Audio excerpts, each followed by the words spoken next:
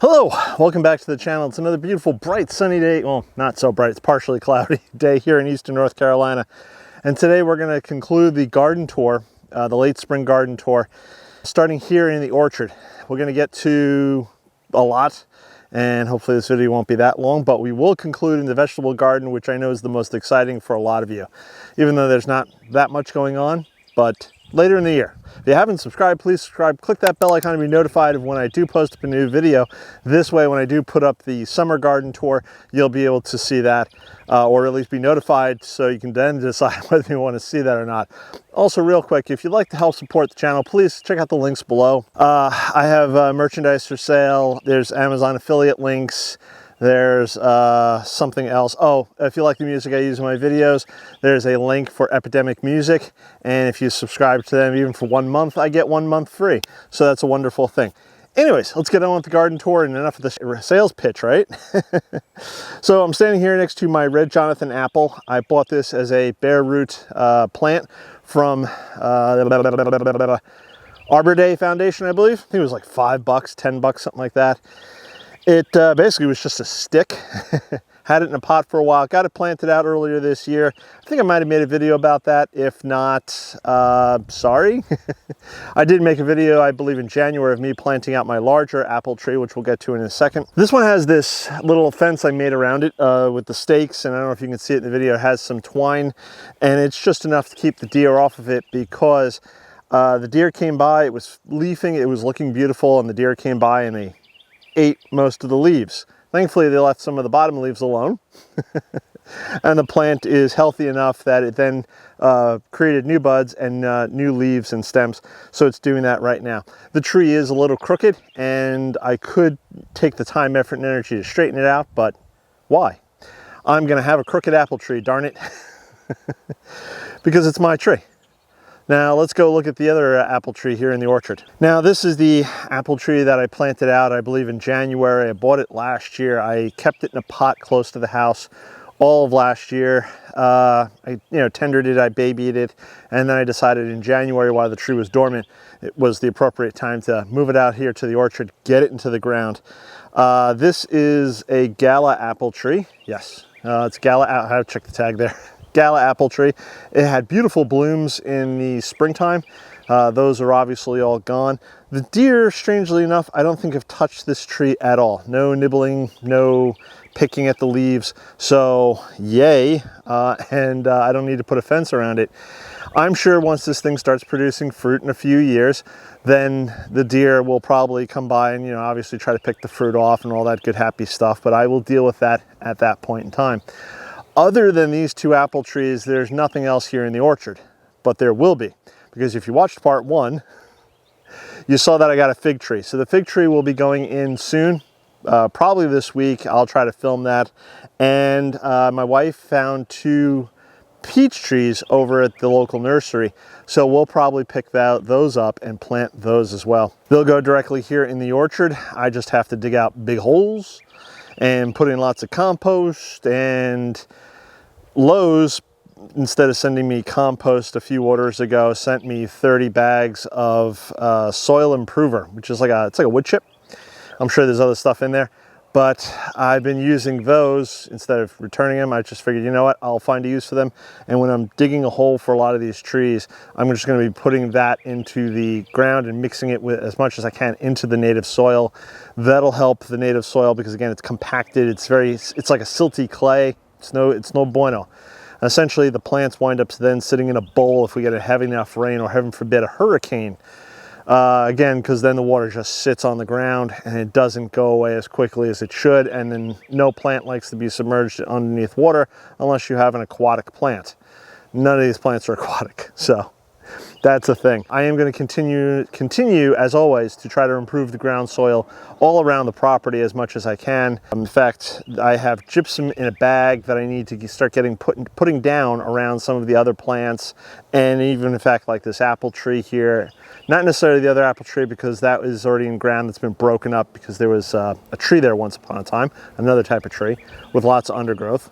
If you watched my videos from last year, you would have seen that. You could dig out a hole for your tree or your plant, and if try to improve the soil around it, essentially all that tree or plant is going to do is sit in a pot in the ground, as it were, because you know the ground around it is compacted, it's heavy clay, it's not going to, so you could have your tree in beautiful soil, but you know 2 feet out from it, 3 feet out from it, however big you dig your hole, is just going to be absolutely horrible. And that's, you know, you don't want that. So again, I'll be putting down the gypsum next time rain is coming, which I think is possibly this upcoming weekend. We'll see. Mother Nature does what Mother Nature does, and the weatherman's always wrong. So, but I'll put down the gypsum once it starts softening the ground.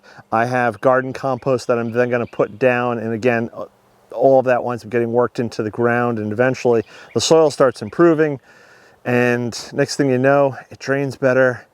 Lots of good things grow. Your plants are happier, and let's just move on to the next thing and me stop babbling.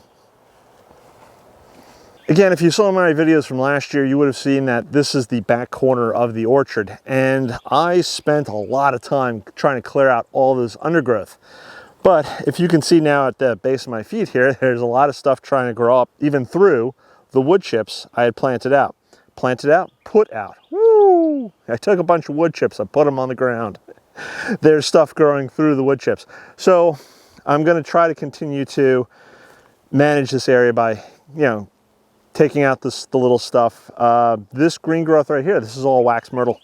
And basically all I'm going to do is trim this up. So I'm going to try to keep this as a low, small hedge and not let it get out of control, which it's starting to do. So I will have to come back in here and one day with clippers and just give it a little trim, and I'll continue to do that throughout the rest of the year. And this way it keeps it the way I want it, which again is a small, low hedge. And eventually I'd like to put a bench right back over here. This would be a nice shady spot to sit on a hot summer day until the sun gets over there. Let's move on to the next thing. This is the opposite corner from the corner I was just in at the end of the property. And if you can't tell, it's a bit of a mess. I've been trying to trim back this undergrowth here because if you can see that post right there, that is going to be, that's the one corner of the end of the grand walkway. The other corner is going to be back into this brush. And I'm going to put 2 bigger posts in, and then I'm going to put up a gate. It'll be decorative because the other side is a neighbor's property that I do not own. The gate will just simply be decorative, but if you're standing at one end of the grand walkway and you look down towards this way, you'll see this large white gate. It'll just be something to draw your eye down the grand walkway, which is the purpose. All of this still needs to get cleared out. I have to still, you know, mow down some of this tall grass, trim back and cut back some of those branches. Again, this way, when you look down this way, you'll just see a bit, you know, some of these branches overhanging, but you'll have a clear line of sight down the grand walkway. Let's now move on to the flower garden. Alrighty, off to either side right here, you should see some timbers that are on the ground, landscaping timbers. These denote or mark out the entrance to the flower garden, or the flower garden under construction. It's going to take me a few more years to get it to where the entire structure is in place, and then it's going to take me many more years to plant it up. But this is the entrance, as it were. Standing across from you, or behind you guys, is the vegetable garden, and then off to the side over here is the vegetable, there's the rose garden. Wow, I am tripping over my tongue today so badly.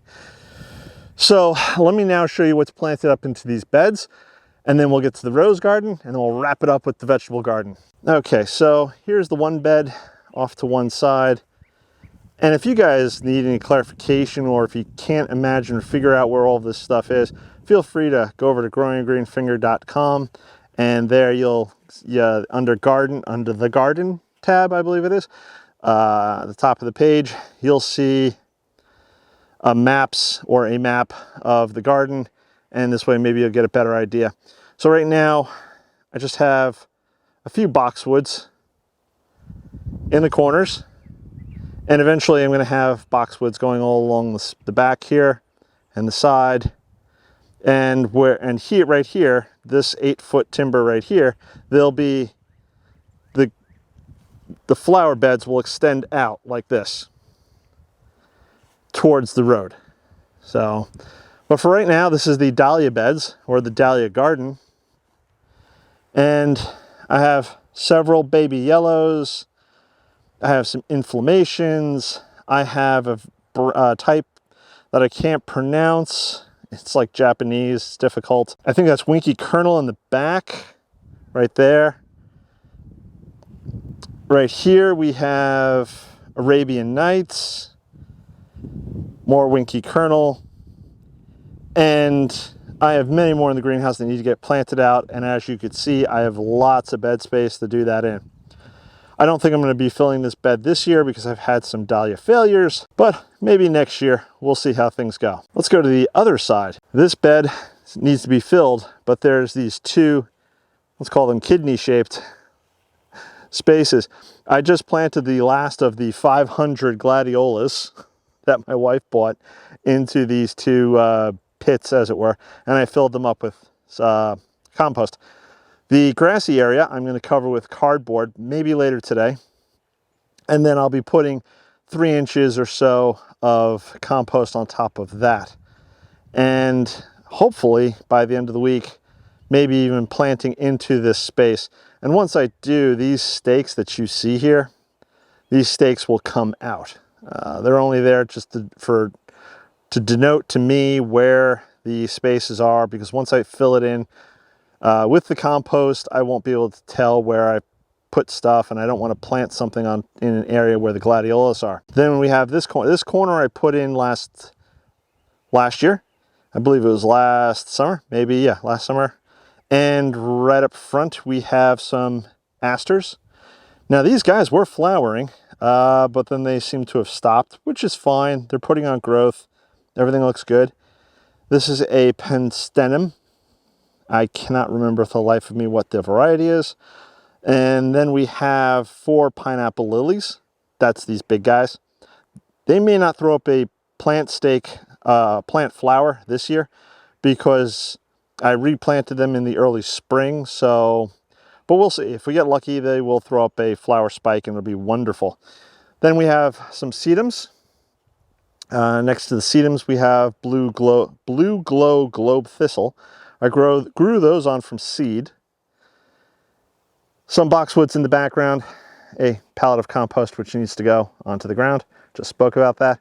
A much larger boxwood and more boxwood. So you can see how I'm going to have the boxwoods line the edges of the flower garden and create a hedge. So eventually, as these guys get bigger, they'll also start getting wider, and they'll help create the edge. And that'll help create windbreaks, and it'll look decorative, and everything's wonderful. In front here, I have a Clarence reblooming iris and a snowmelt reblooming iris. They've yet to throw up flowers, but even if they don't this year, the leaves just look wonderful still.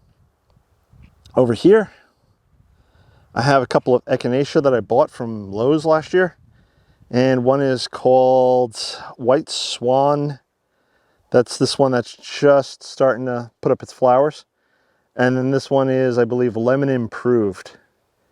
It's a shorter variety. But if we look closer down here, you could see some of the seeds from last year have started started self-seeding, which is great, which is what I want. This way I don't have to do the work. This horrible mangled mess are summer drummer alliums, and they lead up to these wonderful flower heads. Now I only got 6 of them, and I wasn't sure how I was going to like them, but I do like them. So perhaps this upcoming fall I will purchase a bunch more and get them planted out. I mean, imagine 12 or 24 of them in a group. That would look pretty cool. They're very tall. And I'll collect seeds from them too, so I can try to propagate them. Again, here are the sedums. And now this section right here, this was, again, if you watched my recent videos, I know I did a few videos on this. This is a new section that I wasn't planning on doing this year. But again, my wife purchased 500 gladiolas, so needed some place to plant them. And as you can see, all these leaves that are sticking up out of the ground are the gladiolas. So there's a bunch here. And then there's a few more asters. Some yarrows I picked up at a local plant sale. I believe those are echinaceas. And more gladiolas. So I tried to do them in sort of clumps or drifts. Some peonies. And I believe, I'm not sure what that is. Maybe we can go around the other side, there'll be a plant tag. But again, more gladiolas. And these I tried to set a U-shape to go around the clump of peonies right there. Now again, this flower bed as well, let me pull back here, will extend out this way over time. So this side will come down, the other side will go down towards the street, and eventually there'll be a line over there. Lots of hedges, lots of room to plant plants. Don't know what I'm going to do in the grassy center, but I'll figure it out in time. So this is Sarah Bernhardt Peony. They're looking a little rough. We just had a mini heat wave, which did not help, even though I was watering.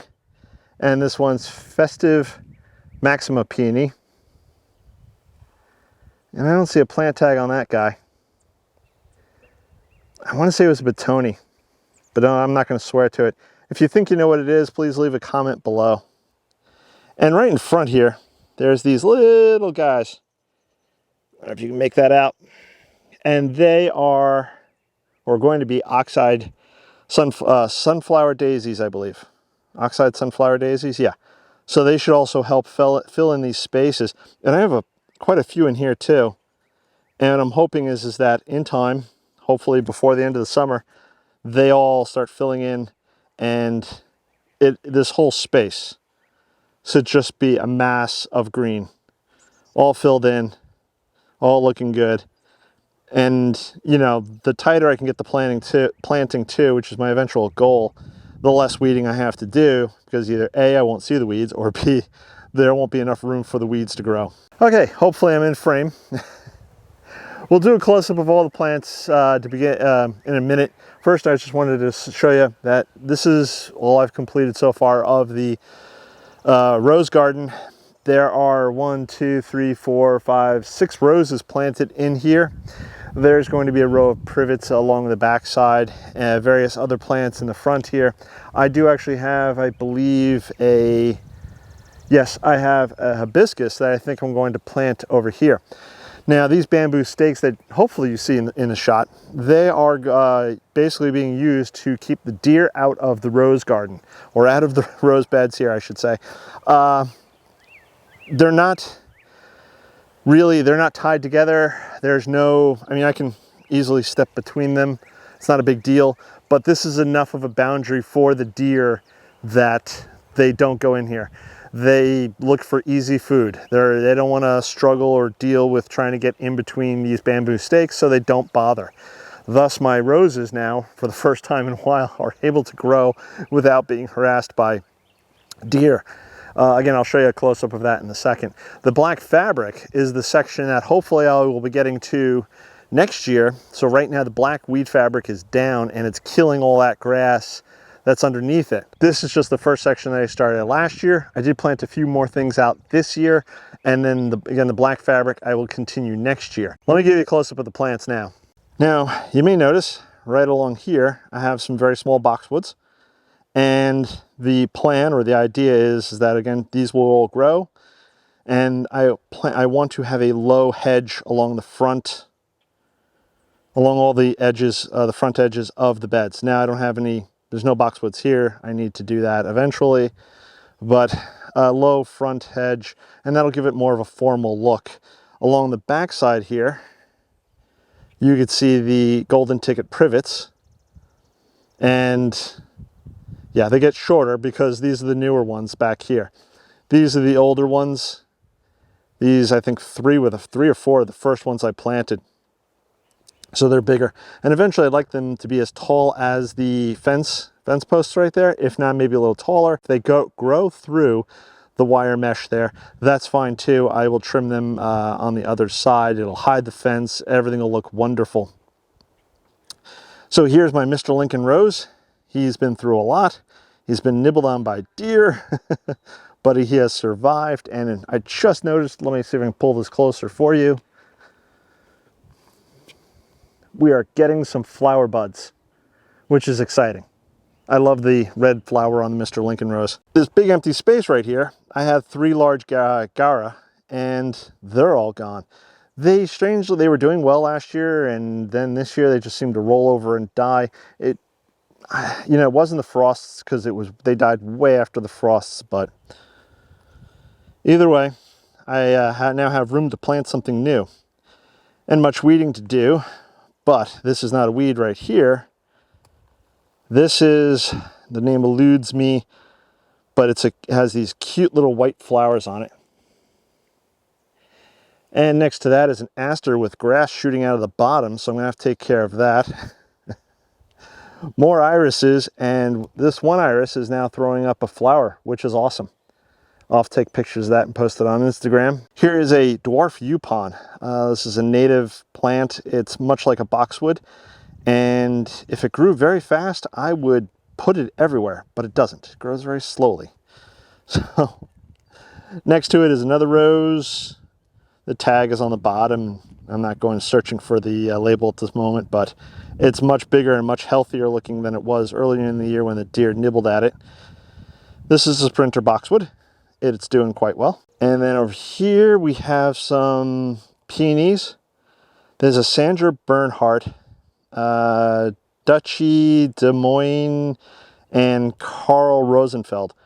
So different colors, pink, white, red, and they should look wonderful. They'll probably flower next year, not this year. Another rose bush, again, looking quite healthy. Now that deer aren't nibbling on it. And another one. And another sprinter boxwood, very small, but the sprinters grow pretty quick. And this is the newest rose bush that's been added to the collection this year, and it's looking very good. So this is what I have completed of the rose garden so far. Now, let's get to the final and exciting portion of the garden tour, the veg garden. Before we go into the veg garden, I just wanted to point out the Mexican sunflowers that I have growing on either side. Now, the ones on this side, they don't look so hot. Some of them have come up, some of them haven't. I think I have a ton more seed, so I may just replant some seed, and I think I may even turn around and take some and start them off in pots and then transplant them at a later date. Again, our first frost isn't until like mid to late November, so I don't have to worry. And Mexican sunflower grow pretty quickly. The ones to my right here, they're doing pretty well. I have a couple of gaps, which again, maybe I'll grow some as seedlings and then transplant them, but so the whole purpose of growing the Mexican sunflowers in the front is to create sort of a hedge, something decorative, something interesting. Who wouldn't want to see a wall of tall green plants with bright orange flowers? That'd be pretty cool. Here on the arch, I have a chocolate vine that's growing on this side, and as you can see, it's pretty much gotten all the way to the top. No flowers, but this is only its second year, and I'm not sure, I can't remember off the top of my head when it's supposed to flower. If you know when a chocolate vine is supposed to flower, please leave a comment below. I don't know if it's summertime, springtime, fall even. On this side, I have a passion flower, I believe. It's only like that tall on the thing, so it's really not much looking at, but it is growing and it has survived the year, which is always a huge plus. So let's go inside the veg garden now and take a look at what's growing. Over in this corner right here, I took the comfrey that I had growing back by the compost bins from last year, and I moved them into this spot right here. I think like to do a little patio here, little paved area that I can maybe put a chair and some tables to sit when it's not blazing, broiling hot outside. But the comfrey over here is protected from the deer, and it's really amazing. I just pulled up, I think when I left, I had 3 plants in New York. I divided that into like 6 plants here, and now I've got, I don't know, I've lost count here, maybe 1, 2, 3, 4, 5, 6, 7, 8, 9, 10, 11, 12. They grow from the root, so if you break up the root, you could just have a small piece, maybe like that big, and a plant will grow from it. And then these comfreys will throw up flower spikes later in the year, which have a lovely purple flower, and I can eventually take the leaves, which I'll do probably in another month or so, and start making comfrey tea out of them, which you can then put onto your plants as a fertilizer. This bed, which I believe is like 4 by 40 roughly, or 4 by 20, 4 by 20. I just cleaned this up from last year. I added a couple more bags of compost, black cow compost, not sponsored, and I planted out my corn. It may be a little too late for the corn, I'm not sure, but this bed is planted up. I did that a few days ago, so nothing really to show here. This this bed over here with the weed fabric, I have to pull up, clean up, and turn around and plant out some watermelon perhaps, even pumpkin. So that'll be an upcoming project. And I'll try to get that done this week as well. I got a lot on my schedule for this week. Over here, we have the potting bench. And if you saw my video a few videos ago, yeah, something like that. I tried to take this shade cloth that's over here hanging off the greenhouse and stretch it out over what will be the potting bench onto these poles. I haven't gotten around to doing that yet, but here's the hibiscus that I'm thinking about putting in the rose garden. There's some pots of bulbs that have either gone over, they're done for the season. I have seedlings of lemongrass, Echinacea, some of it looks a little worse from wear. Again, we just got through a pretty bad heat wave. Peonies, again, looking a little rough, worse for wear, but still alive, which is always a plus. Boxwoods that need to go into the ground. Basil, sweet basil, that also needs to get into the ground. And some canna, which will get planted out. And again, some more pots. Peruvian lily. I got one still really looking good. Another one behind it, not looking so hot. And then a little one right here, which not looking so hot, but we'll see. Hopefully I can get all three to survive this year. In front of the greenhouse, we have I believe this is a zinnia, yes. Okay, this is a jazzy red zinnia. I have a pot here. Next to it's a marigold, red night. There's a little something down there. It just doesn't look all that great. Dahlia from last year. I believe that's a Japanese anemone next to it. Another dahlia that was growing in the compost pile. So I have no idea what variety it is, but I salvaged it from the compost pile and it's surviving in the pot there. I think I'm gonna have to put it in a bigger pot soon, or even into the ground. Over on this side, we have a big pot of dahlias. Now I had these sitting up on the potting bench last year and they did wonderfully. And I thought they were done. I did put them in the garage for the winter, kept them moist. But in the springtime, I moved it into the greenhouse here, and I thought they were done. I didn't think they were going to come up, and then one day I started seeing shoots come up, and here you are. Needs a little deadheading at the moment, but it's looking healthy. You know you've gone too long. You've talked too long when your 30-minute battery pack has died on you. So I'm going to move along to these 8 beds, and then we'll touch on the greenhouse. Here we have a growing bag of red Lesotho potatoes, doing quite well. Then we have 6 basils. This is the Italian variety, I believe. These 2 tomatoes here are, I believe, San Vicente hybrids. Grew them on from seed. This one over here is a Gurney Girl's Best. I got that by accident, I think, from Gurney's. Either way, here we have a sunflower, and it's slightly shorter companion. And then we have a bunch of smaller sunflowers. I'm growing the sunflowers here. Well, first let me tell you why they're smaller sunflowers. Deer came through one night, I left the gate open, and they ate up a bunch of the sunflowers I had growing here. So I planted some more, and now they're in various stages of growing. But the sunflowers are here for A, decorative, B, they do attract a lot of the bugs that turn around and eat the tomatoes. So hopefully those bugs will be more drawn to the sunflowers than they will be to the tomatoes, and I won't have a problem, hopefully. Right here, right now, growing on the, let me back up and show you this here. you haven't seen this in a previous video, I have this, I believe it's like called a Titan Trellis. It's on from Gardener Supply. And it's just this metal frame, and it's got this green mesh on it. And I have, right now, these peas growing on it. I think the peas are getting close to the end. There are some more pea pods on here. My wife and I have been picking away at them. Once they're done, probably in another couple of weeks, I'll be pulling them and planting out cucumbers. Next to them, I have all these wonderful zinnias.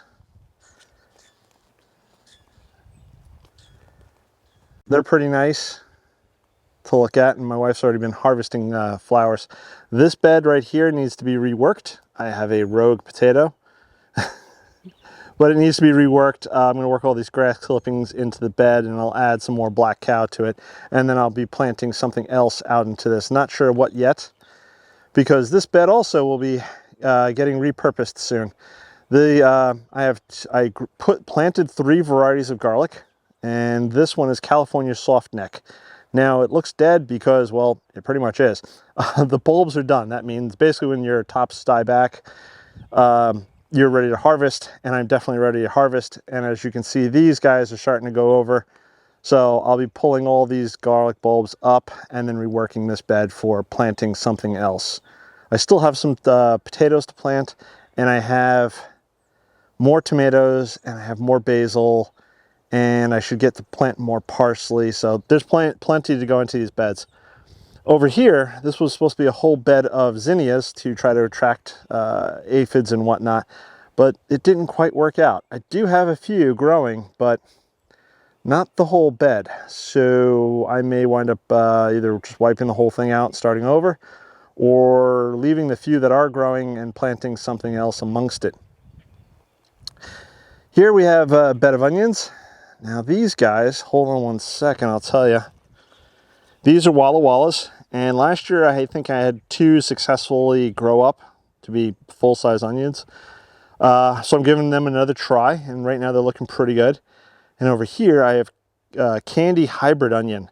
This was something suggested by Gurney's for growing in the south. Again, these guys are looking pretty good. Next to them I have some potatoes. I don't see a tag. Oh, they're red Lesotho potatoes. So they're doing really well, and they're looking really good. So hopefully I'll be getting harvest off of them in probably the next month or so. More zinnias. Over here I have Luffa, which I just planted out recently. And I have 4 plants. I'm probably going to trim it back to 2 because the Luffa vine just very prolific. If you've ever grown Luffa, you'd know that. Right here next to them are Rattlesnake Beans. It's just a green bean, but they'll climb up this. And as you can see, one's already starting to try to climb onto it. And they produce a long bean. I think it's about almost 8 to 12 inches long. Don't know what they taste like, but hopefully they're just as good as my bush lake beans over here. These guys have been going for it, which is great. Last year I planted some, didn't do so great. This year they are just wonderful. And in and amongst all of these, I have a lot of string beans. I've been constantly pulling the string beans. I'll probably pull another handful or 2 for dinner tonight. Again, they just keep growing. Once these start exhausting themselves, I'll pull them out. I'll refresh the bed with a little more compost, and then I'll plant something else out. Okay, now for the last part of the tour, the greenhouse. There's not much else. There's not much going in the greenhouse. In fact, I'm trying to get stuff out of the greenhouse for a number of reasons. One, it's getting pretty hot out. We just went through a mini heat wave, and I did lose some plants in the greenhouse, even though I was watering them. But when you water something and it's damp and it's moist and it's 120 degrees in the greenhouse, well, you're cooking whatever's in that pot, and I lost some plants. Live and learn. Having a greenhouse is brand new to me. I've never done it before. So this is all a learning experience. So I do have stuff in the greenhouse. And like I said, I've been trying to get stuff out. So let me give you a quick look at some of the things that I have in the greenhouse that need to come out, or blah, blah, blah, blah. I should stop talking to show you. Okay, so first and foremost, I have a couple of Dahlia Cuttings. One's in perlite, the other one's in compost. Doing it as a bit of an experiment, which one performs better. They both look pretty well, so that's good. Red Swamp Milkweed. It's alive. Let me see if I can change that angle, but it doesn't seem to be doing much. Maybe I'll transplant it to a larger pot. I planted up a tray with some Coreopsis, and this is Celome, C-E-L-O-M-E. I don't know how to pronounce that. Anyways, one seed has come up, so. But again, if you spend $4 on a pack of seeds and one comes up, you've got yourself a plant for $4, which nowadays is a rarity. I have trays of Dahlias, which are in various stages. Some of them need to start getting out. Here are some Rutgers Tomatoes. I'm going to give them a seaweed feed or tomato feed tonight, and maybe start potting some of them up in the upcoming weeks. All along here, I have, these are some more of those San Vicente hybrid tomatoes in various stages, and yeah, they're looking all right. Again, I'll give them a tomato feed as well. I need to start planting these guys up and out. Bing cherry tomatoes, they're looking pretty good. I have yet for the life of me be able to get rosemary to grow from seed. Don't know what I'm doing wrong, but I'm doing something wrong. They're not growing. English thyme is growing. I have sweet basils. I need to start getting these into pots and start separating some of them. So as you can see, there's like 4 or 5 in this one. And over here, I have a Thorburns terracotta tomato. It was a freebie from Baker Creek Seeds. It was a freebie from Baker Creek Seeds. Don't know much about it, so I potted it up and it's growing. Here's a tray of Silvia Dahlias that need to go out, and I'll probably get them into the ground the next day or two. So here are some Agastacea I grew from seed, and these are some of that will be going into that front flower garden that is still, that needs that dirt that I was just talking about before. Over here I have some cardinal flower,